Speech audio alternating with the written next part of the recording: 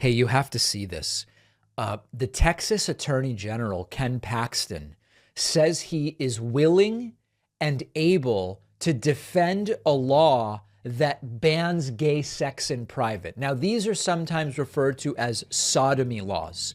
And obviously, if you are a small government conservative, the first thing you would do is start trying to pass laws about what people can do in the privacy of their own bedroom. No, that's not at all what you would do.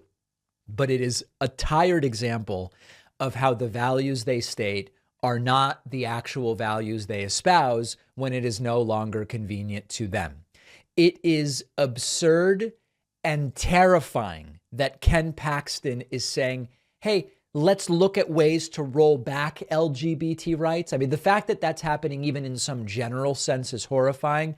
We maybe naively hoped in 2015 after the gay marriage decision that we were all moving beyond these issues of trying to limit the rights of LGBT people that we have seen from the right. We very quickly realized they're not giving up. They're just going to shift the battle lines. They shifted from gay marriage to, for example, religious freedom to discriminate against gay people. Bathroom stuff, trans, you all know the stuff. So now we hear from Ken Paxton. I have a clip here. He is, of course, always couching this as states should get to decide what types of sex people can have in their bedroom.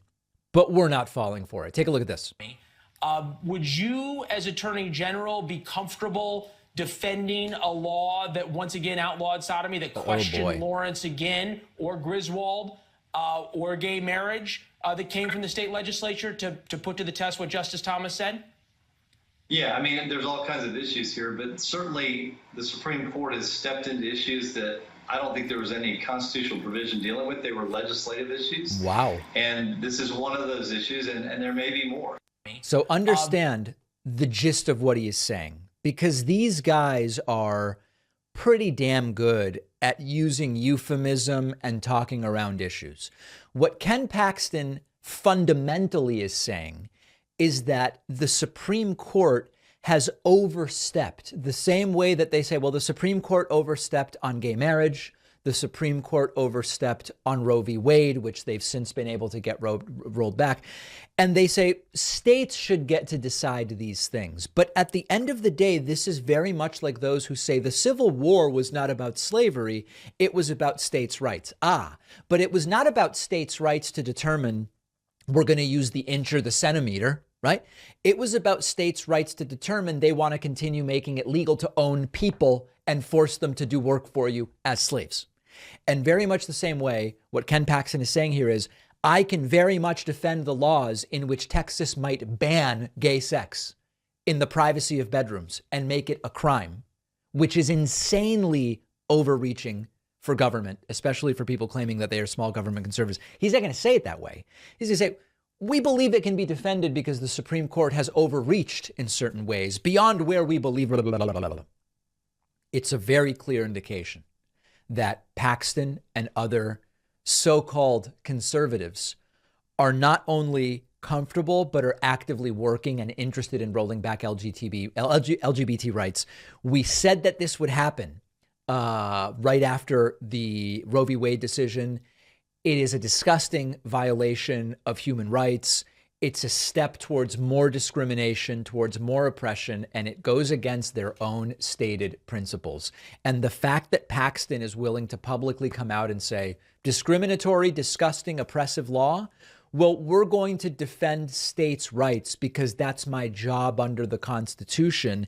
It shows either, or both, he doesn't actually understand what it means to have rights, or he assumes the people who support him don't. And that's much the way that Fox News operates. Like, I don't literally think Fox News hosts believe a lot of the crap they say, but they believe their audience will believe it, and they're mostly correct.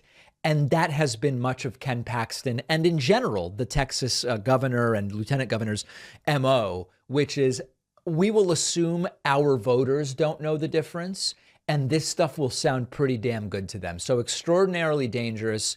whether Paxton is actually going to fight to, again, ban certain types of sex in people's private homes between consenting adults. I don't know. I'm hoping it doesn't actually get to that point, but he's certainly saying all the things that make us think that's what's coming. Make sure you're subscribed to the YouTube channel at youtube.com/The David Pakman Show. What a week of programs we have for you. One of our sponsors today is Fume. Fume is on a mission to accelerate humanity's breakup from the bad habits that consume far too many of us, including ones that harm our health. Fume is a natural diffusive device that uses plants and behavioral science to trade out your negative habit for a positive one. Fume is not a vape. It's a non-electronic device designed to transform your negative habits. Instead of pods filled with potentially harmful chemicals like a vape, Fume uses cores infused with plants like peppermint and cinnamon for delicious natural flavors. Fume's new version 2 model is snappy and tactile with an adjustable airflow dial and a magnetic end cap that's fun to fidget with. It's Fume's goal to make switching easy or even enjoyable. They have thousands of 5-star reviews from people just like you who have successfully switched when other solutions didn't work.